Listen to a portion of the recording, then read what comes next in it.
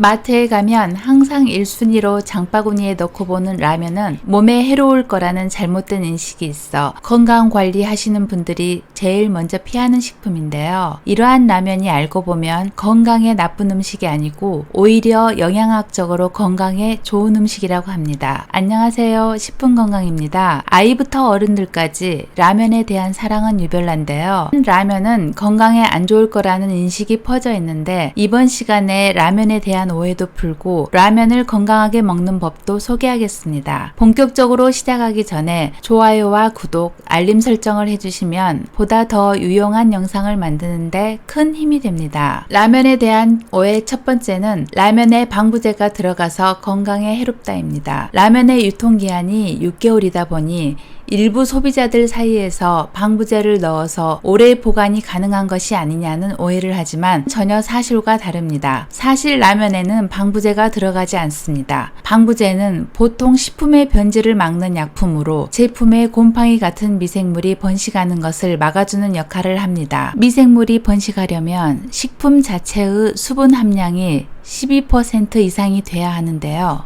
건조식품인 라면은 제작 방식이 면과 분말 스프 모두 수분 함량이 4에서 6% 사이로 미생물이 절대 번식할 수 없는 조건입니다. 또한 라면 업체는 미생물 기피 요건을 만들기 위해 알루미늄 막 등 여러 겹 포장재를 사용해 라면과 산소가 만나는 것을 방지하고 빛의 투과를 막습니다. 따라서 방부제를 넣을 이유가 전혀 없습니다. 두 번째는 라면을 먹으면 소화가 안 된다는 것입니다. 라면의 주 원료인 밀가루는 물과 반죽하는 과정에서 글루텐이 형성되는데요. 글루텐은 보리, 밀 등 곡물에 존재하는 단백질 성분으로 반죽을 점성 있게 끈끈하게 하거나 차지고 쫄깃하게 만드는 역할을 합니다. 시중에 글루텐 프리 제품이 나오면서 마케팅 차원에서 과장되어 글루텐 자체가 무조건 나쁘다라는 식이나 인체에 매우 해롭고 탄수화물 중독을 유발하는 물질이라고 선동한 경우가 있었는데요. 글루텐 민감증 인자는 주로 서구인들에게 자주 나타나나 아시아 인종에서 무척 드물며 한국인의 경우 글루텐 민감증인 셀리악 병으로 보고된 환자는 국내는 거의 진단 사례는 없다고 합니다. 그래서 밀가루 음식을 먹고 속이 불편하다고 하여 셀리악 병이라 보긴 힘듭니다.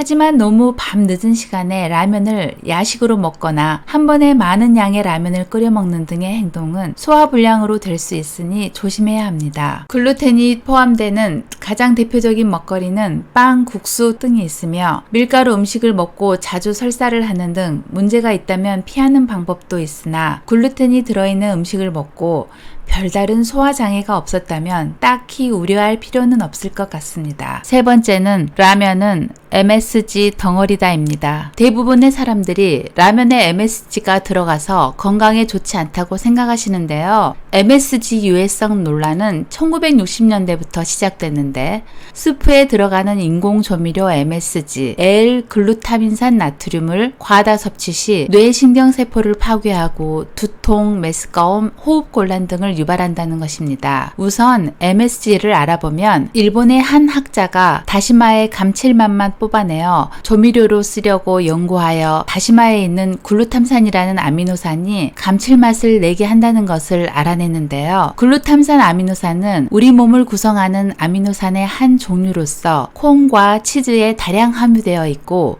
모유 및 모든 동식물에 일정량 함유되어 있어 우리가 매일 섭취하는 아미노산으로 안전한 단백질입니다. 글루탐산은 강한 감칠맛으로 조금만 첨가해도 느끼해지기 때문에 과다 섭취할 수 없어 대부분의 국가에서도 MSG 섭취량에 제한을 두고 있지는 않습니다. 미국의 세계보건기구와 식품의약품안전처에서는 MSG는 인체에 무해하다고 하여 MSG 유해성 논쟁에 공식 입장을 발표했는데요. 그럼에도 불편한 시각이 많아 대부분의 라면 회사에서는 MSG를 빼고 멸치, 다시마, 표고버섯 표고버섯 등 천연식품에서 추출한 재료로 제작하는 형국입니다. 네 번째는 라면을 먹고 자면 다음날 얼굴이 붓는다입니다. 많은 분들이 왜 잘 때 라면을 먹으면 얼굴이 부을까 하고 궁금해 하시는데, 라면뿐만 아니라 나트륨이 들어있는 모든 음식을 먹고 자면 얼굴이 붓는 겁니다. 라면은 생각보다 많은 나트륨이 들어있어 혈장 농도를 높여서 세포에 삼투압 현상이 생기는데요. 삼투압이란 쉽게 농도를 맞추려고 이동하는 것이라고 알아두시면 됩니다. 나트륨으로 인해 피의 농도가 높아지면 삼투압 현상으로 세포가 가지고 있는 수분이 이동합니다. 가뜩이나 나트륨이 많아졌는데 물까지 많아져 얼굴이 붓습니다. 깨어있다면 소변으로 배출되었겠지만 수면 시에는 신장 기능이 약해져 몸속에 그대로 있는 채로 잠을 자게 됩니다. 참고로 우유의 칼슘은 나트륨에 달라붙으려는 성질이 있어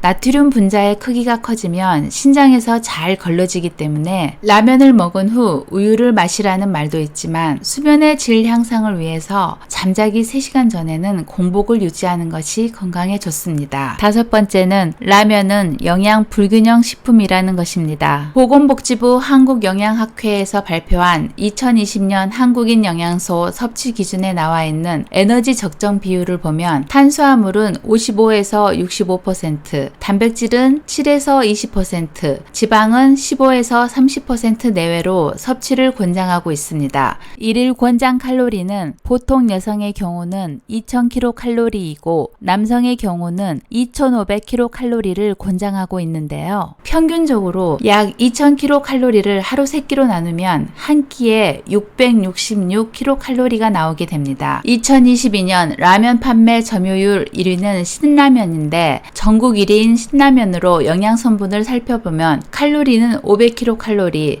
탄수화물은 80g, 단백질은 10g, 지방은 16g입니다.